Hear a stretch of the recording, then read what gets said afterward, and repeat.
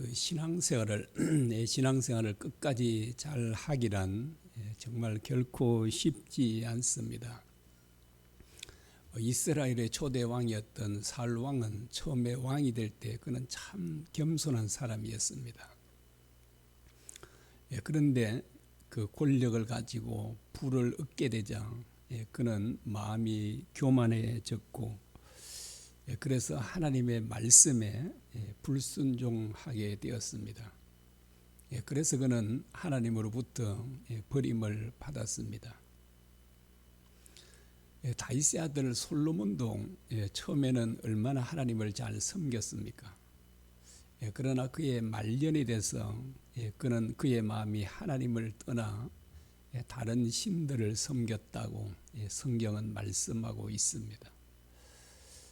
그렇게 훌륭하게 하나님을 잘 섬겼던 솔로몬이 어떻게 그런 우상 숭배자가 될 수 있는가 참 이해가 되지 않지 않습니까? 그리고 다윗은 정말 유일하게 하나님 마음에 합한 사람이었다라고 하지 않습니까? 그리고 그는 정말 성령 충만한 사람이었고, 하나님의 말씀에는 언제나 순종했던 정말 믿음의 사람이었고 믿음의 왕이었습니다. 그런 그가 그처럼 정말 성령 충만했던 이 다윗이 어떻게 간음죄를 짓고 사람을 죽이는 살인죄를 지을 수 있습니까? 그뿐만 아니라 그는 인구조사를 해서 하나님께서 징계하셨는데 무려 7만 명의 백성들이 죽임을 당했습니다. 참 우리가 이해가 잘 안 되지 않습니까? 그렇게 하나님의 음성도 듣고 그렇게 하나님을 잘 섬겼던 그런 다윗이 어떻게 그런 타락의 길을 걸어갈 수 있을까라고 하는 것입니다. 이것을 우리가 이제 보면 신앙생활이 끝까지 잘 하기가 얼마나 어려운가를 알 수 있습니다. 혹시 여러분은 나는 신앙생활을 끝까지 잘 할 거야 라고 장담할 수 있습니까? 우리가 그런 믿음의 사람들의 그런 발자취를 우리가 지켜보면 정말 누구도 자신할 수 없다는 것을 우리가 알 수 있습니다. 우리가 계속 지금 아사 왕에 대해서 살펴보고 있지 않습니까? 우리가 14장 15장에서 아사의 그 믿음, 아사의 그 하나님을 섬김을 얼마나 잘 섬겼는지를 우리가 살펴봤지 않습니까? 만일 오늘 읽은 이 16장이 없었다면 아사 왕은 다윗보다 훨씬 훌륭한 왕이었다 이렇게 말할 수 있을 것입니다. 그런데 그처럼 훌륭했던 아사 왕도 말년이 돼서 하나님을 의지하지 않았다라고 성경은 말하고 있습니다. 우리가 앞에서 살펴볼 때 얼마나 정말 단호하게 진짜 그 종교 계획을 단행했습니까? 정말 자기 어머니까지도 폐위를 시켰지 않습니까? 그리고 그뿐만 아니라 온 백성들로 하여금 하나님을 찾도록 하나님만 섬기도록 맹세하게 하고요. 그리고 하나님을 찾지 않는 사람은 남녀노소를 물론하고 다 죽이기로 그렇게 서약을 맺었다라고 합니다. 이런 아사 왕이 하나님을 의지하지 않고 사람을 의지하고 이런 사람이 되었다는 것은 정말 이해하기가 어렵습니다. 북이스라엘 왕 바사가 유다를 침략해서 라마를 점령하였습니다. 사람들이 더 이상 왕래하지 못하도록 하기 위해서였습니다. 그 당시 아사 왕이 하나님을 잘 섬김으로 이스라엘 사람들도 그를 만나려고 그와 함께하기 위해서 수많은 사람들이 내려왔지 않습니까? 그래서 불안을 느낀 바아사 왕이 그렇게 하지 못하도록 라마를 점령하고 거기에 모든 사람들 출입을 금하였다라고 이렇게 말합니다. 그런데 아사 왕이 이 문제를 어떻게 해결했는가를 이제 우리가 그 성경의 앞부분에 보면 말씀을 하고 있습니다. 어떻게 해결해야 되죠? 당연히 하나님을 의지함으로 해결해야 되잖아요. 그런데 그는 하나님을 의지함으로 해결하지 않습니다. 그는 사람을 의지합니다. 그래서 아람 왕에게 많은 은금을 보내서 이스라엘을 쳐달라고 합니다. 그래서 아람 왕은 그렇게 하게 되었고, 그리고 라마를 점령했던 이스라엘 군들은 퇴각을 하게 된 것입니다. 그래서 이제 그들은 성공을 거두었습니다. 성공을 거두었습니다. 그런데 하나님을 의지하지 않고 거둔 성공은 진정한 성공이 아니었습니다. 여러분, 인간적인 방법으로도 얼마든지 크게 성공도 거둘 수도 있습니다. 여러분, 박정희 대통령도 큰 성공을 거두었지 않습니까? 전두환 대통령도 권력을 얻었잖아요. 그리고 정주영 회장님, 이병철 회장님, 이런 분들도 진짜 큰 성공을 이루었지 않습니까? 그런데 그분들이 지금은 어디에 가 있을까요? 제가 알기는 그분들이 주님을 믿지 않은 걸로 알고 있습니다. 물론 혹시 믿었다면 마음으로 그분들이 하나님 품에 갔겠지만, 그러나 그들이 정말 믿지 않았다면 그들은 어디 갔는지를 우리는 잘 알고 있습니다. 이와 같이 인간적인 방법으로 크게 성공을 한다 할지라도 그것은 진정한 성공이다, 이렇게 말할 수 없습니다. 이 하나니 선견자가 아사 왕을 책망하는 장면이 우리 좀 전에 이제 읽었던 말씀이죠. 7절을 한번 보겠습니다. 7절에요. 그때의 선견자 하나니가 유다 왕 아사에게 나와서 그에게 이르되, 왕이 아람 왕을 의지하고 왕의 하나님 여호와를 의지하지 아니하였으므로 아람 왕의 군대가 왕의 손에서 벗어났나이다 라고 말합니다. 하나님을 의지하지 않고 사람을 의지한 결과가 무엇인지를 7절에 말하고 있죠. 어떤 결과가 왔다고 합니까? 아람 왕의 군대가 왕의 손에서 벗어났다라고 합니다. 그런데 하나님을 의지했을 때는 어떤가요? 그 아람 군대가 아사 왕의 손 안에 있었다라고 하는 것입니다. 어떤 결과인지 하는 것을 잘 보여주고 있죠. 그 다음에 8절입니다. 구스 사람과 룹 사람의 군대가 크지 아니하며 말과 병거가 심히 많지 아니하더이까. 그러나 왕이 여호와를 의지하였으므로 여호와께서 왕의 손에 넘기셨나이다 라고 말합니다. 우리가 앞에서 살펴봤죠. 구스군과 그 병거들이 얼마나 많았습니까?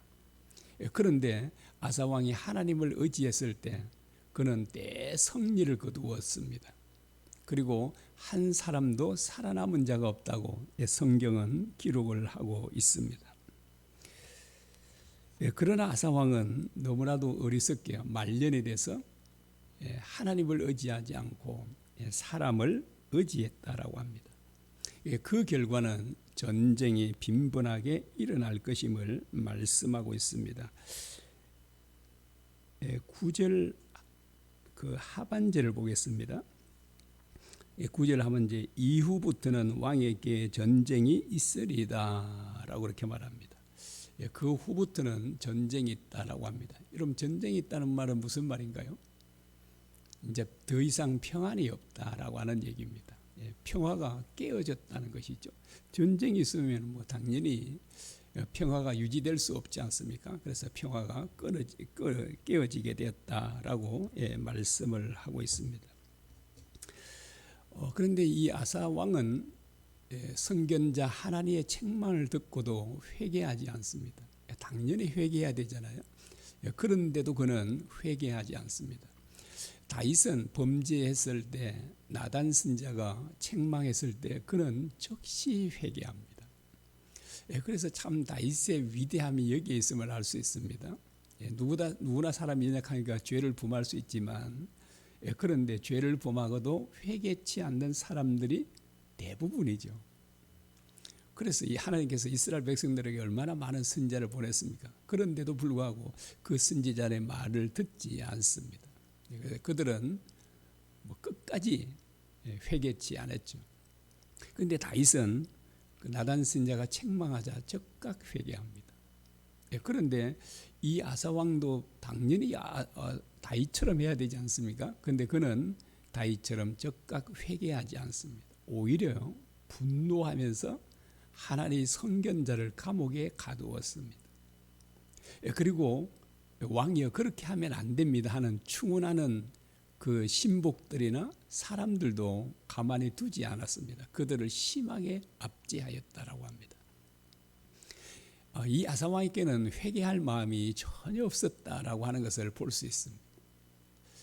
그래서 이 아사왕의 마음은 얼마나 정말 마음이 강팍한가 하는 것을 볼 수 있습니다. 그리고 그의 발에 심각한 병이 생겼죠. 질병이 생겼는데, 그런데도 불구하고 심각한 질병이 생겼음에도 불구하고 그는 하나님을 의지하지 않았다라고 합니다. 의사만 구하고 의사만 찾았다라고 합니다. 그래서 정말 하나님께서 분노하신 것입니다. 당연히 하나님을 찾아야 되는데 하나님을 찾지 않고 사람을 의지하고 의사를 찾았다라고 하는 것입니다. 여러분 그처럼 하나님을 찾고요, 하나님을 의지했던 이 아사왕이 어떻게 이런 사람이 될 수 있었을까요? 여러분 뭐 모든 사람들이 좀 타락하고요, 하나님을 떠난다 할지라도 아사왕만큼은 떠나지 않을 사람처럼 보이지 않았습니까? 그런데요, 그가 그렇게 하나님을 의지하고 그리고 온 백성들 하여금 하나님을 찾지 않는 사람들은 죽이기로, 또 모든 사람들 하여금 맹세까지 시키고 언약까지 세웠던 이 왕이, 그것을 주도했던 왕이 어떻게 하나님을 찾지 않고 하나님을 의지하지 않는 그런 왕이 될 수 있었는가라고 하는 것입니다. 여러분 그 이유가 무엇일까요? 어떻게 이런 사람이 되죠? 그렇게 믿음이 좋았던 사람이. 그리고 뭐 여러 가지 이유가 있겠지만 제가 생각에는요, 제가 보기에는 항상 깨어 기도하지 않았기 때문이라고 생각합니다. 주님께서 제자들에게 하신 말씀이 있었죠. 너희가 시험에 들지 않도록 항상 깨어 기도하라라고 합니다. 이 말씀을 보면 깨어 기도하지 않으면 누구든지 시험에 들 수밖에 없다는 것을 알 수 있지 않습니까?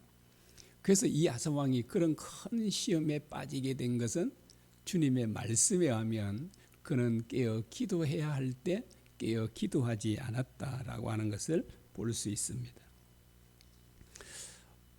그런데 이제 이렇게 이제 믿음 좋았던 그 왕이었지 않습니까? 그래서 뭐 믿음이 좋았다는 말은 항상 깨어 기도했다는 말이잖아요. 그리고 이제 말년에 와서, 지금까지 계속 그렇게 살아오다가 말년에 와서 이 아사 왕이 왜 깨어 기도하는 일을 게을리했을까요? 왜 게을리했을까요? 그 이유도 뭐 여러 가지를 찾을 수 있는데요, 저는 두 가지로 보았습니다. 첫 번째는 편안했기 때문에. 사람들은 편안해지면 기도를 게을리하게 됩니다. 우리 육체를 가진 우리 인간들은 어쩔 수 없는 것 같습니다.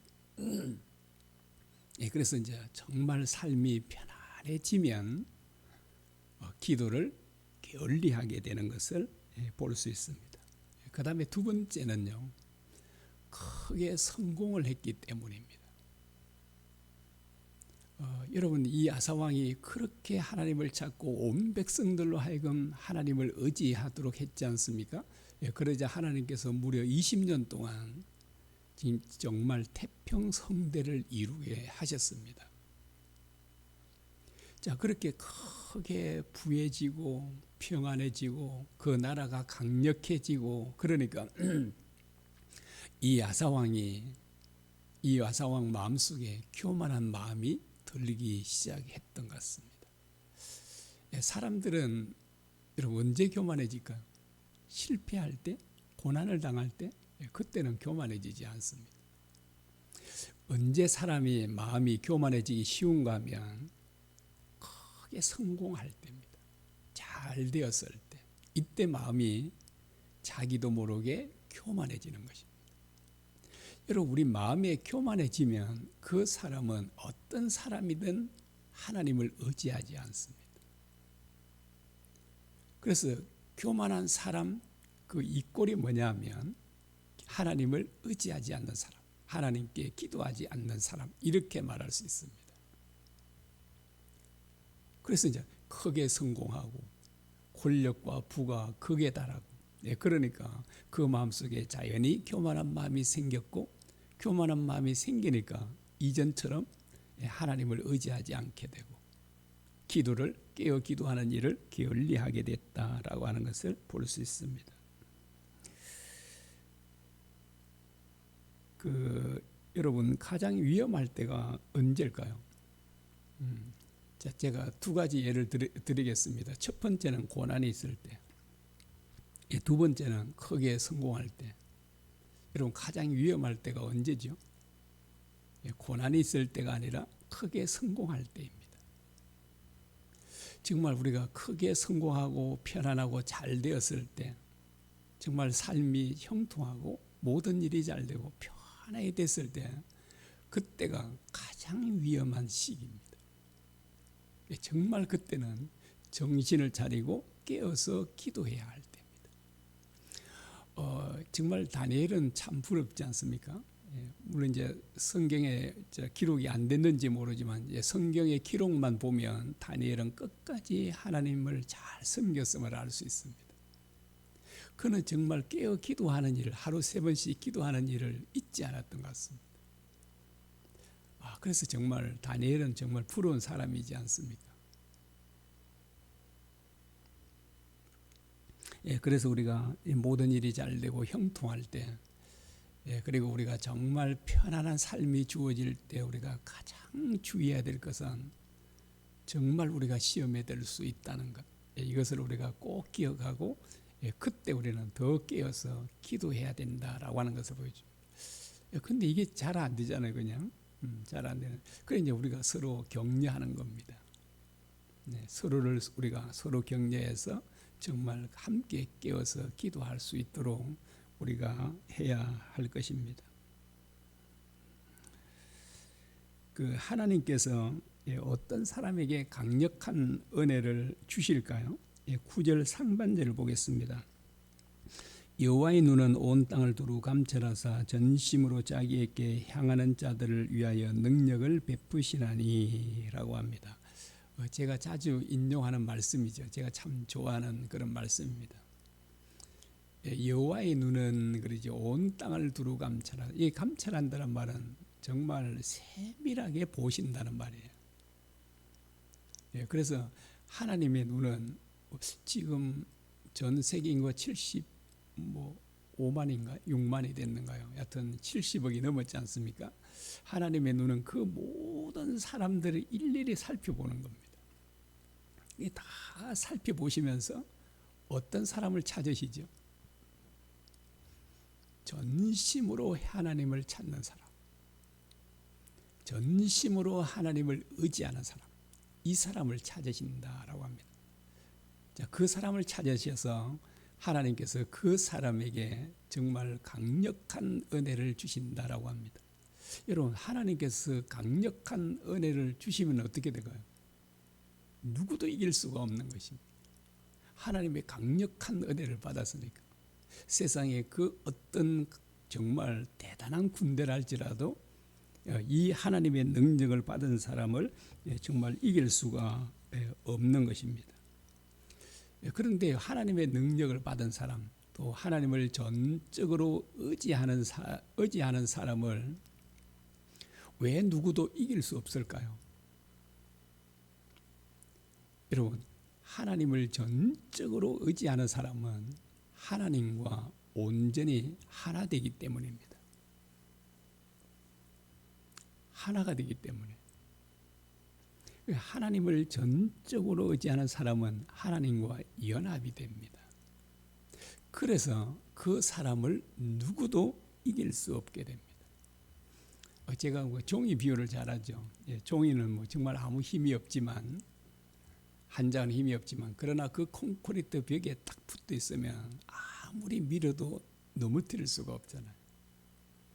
그 종이를 넘어뜨리려면 어떻게 해야 되죠? 콘크리트 벽을 깨야 됩니다. 그와 똑같은 이치예요. 우리가 하나님을 전적으로 의지한다는 말은 하나님께 어떠한가요? 하나님께 딱 붙어 있는 것. 하나님과 하나 되고 연합되는 것을 말합니다. 자, 그러면 하나님과 온전히 연합이 되고 하나 된 사람은 누가 이길 수 있겠어요? 하나님을 이길 자가 없잖아요. 그리고 하나님과 연합이 되면 그 사람은 모든 만물 위에 있게 됩니다. 여러분, 하나님은 모든 만물을 지으시고 만물 위에 계시잖아요. 그러면 하나님과 연합되어 있는 사람, 하나님과 하나 된 사람은 똑같이 하나님과 함께 모든 만물 위에 있게 됩니다. 그래서 모든 만물들을 지배하고 다스립니다. 고린도서 3장에도 말하지 않습니까? 만물은 다 너희의 것이니라 라고 말합니다. 그래서 하나님을 전적으로 믿고 의지하는 사람들은 모든 만물 위에서 모든 만물을 다스리는 자가 됩니다. 그래서 이런 사람이 되면 세상에 어떤 군대가 이기겠습니까? 어떤 거대한 제국의 황제가 그 사람을 이길 수 있겠습니까? 만물 위에 있는데.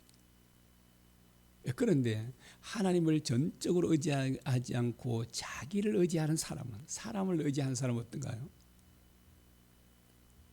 그 사람은 자기보다 강한 자 밑에 있는 것입니다. 그러면 이제 그의 지배를 받는 거예요. 돈을 의지하면 돈의 지배를 받게 돼요. 사람을 의지하면 사람의 지배를 받죠. 이 아사 왕이 아람 왕을 의지하면 아람 왕의 지배를 받게 됩니다. 자, 여러분은 어떤 걸 선택하실래요? 어떤 거요? 자기를 의지함으로 모든 것들의 강력한 것들의 지배 아래 있겠습니까? 아니면 하나님을 의지함으로 그 모든 것들 위에 계시겠습니까? 두말할 거 없이 후자지요. 다 그러시잖아요. 후자에 선택하시고 정말 하나님을 의지하면 정말 강력한 사람이 됩니다. 그 하나님께서 주시는 그 능력, 그 강력한 능력을 받으면 진짜 누구도 이길 수가 없는 정말 강력한 사람이 된다라고 하는 것입니다.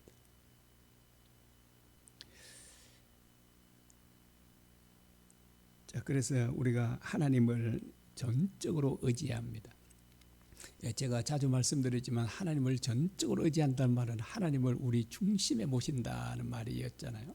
그리고 하나님을 중심에 모신다는 말은 그 하나님의 말씀에 완전하게 순종한다는 말이기도 합니다. 그래서 우리는 하나님의 말씀에 우리는 완전하게 순종해서 정말 우리는 하나님과 완전히 하나 되어서 그래서 그 누구도 이길 수 없는 사람, 누구도 넘볼 수 없는 그런 강력한 사람들이 되기를 바랍니다. 우리가 오늘 이 아침에 이 말씀 기억하면서 우리가 함께 기도하시기를 바랍니다. 여러분, 우리가 어떻게 만물 위에서 모든 만물들을 지배하고 다스릴 수 있다고요? 하나님을 전적으로 의지함으로, 하나님과 하나됨으로, 연합됨으로 우리는 만물 위에서 모든 것들을 통치하고 우리는 다스릴 수 있습니다. 이기는 자가 될 수 있습니다. 자, 이 능력을 다 받는 저와 여러분이 되기를 바랍니다. 우리 같이 기도하겠습니다.